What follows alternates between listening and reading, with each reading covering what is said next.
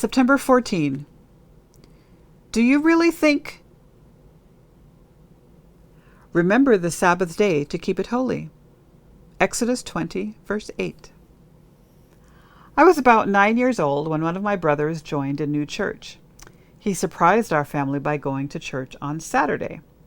In fact, he believed the entire seventh day of the week should be kept holy, from sundown Friday to sundown Saturday. Having never heard of such a thing, I asked him why he believed the way he did. He opened his Bible and had read me from Exodus 20, verse 8 to 11. Clarified nothing. Which day is the seventh of the week? He asked me. I knew the answer. Sunday.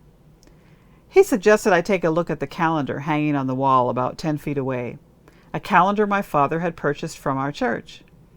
1, 2, 3, 4, 5, 6, Saturday? He wasn't surprised by the confused look on my face.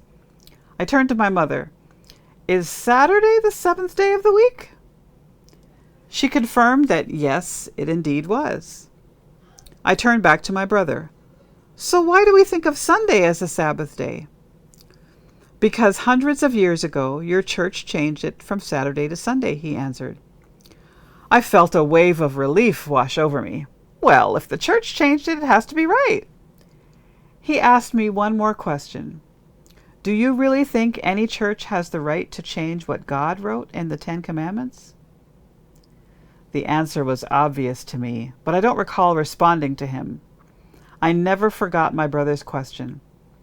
Years later, when I sensed God calling me to commit my life to him, I knew I would keep the seventh-day Sabbath. How could I not? I knew little about keeping the Sabbath and had never visited a church that worshipped on Saturday.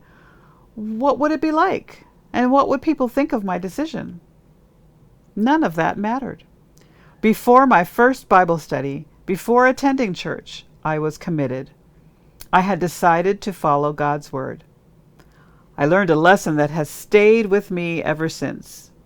You will never regret a decision to follow Jesus and allow the Bible to be the guide for your life.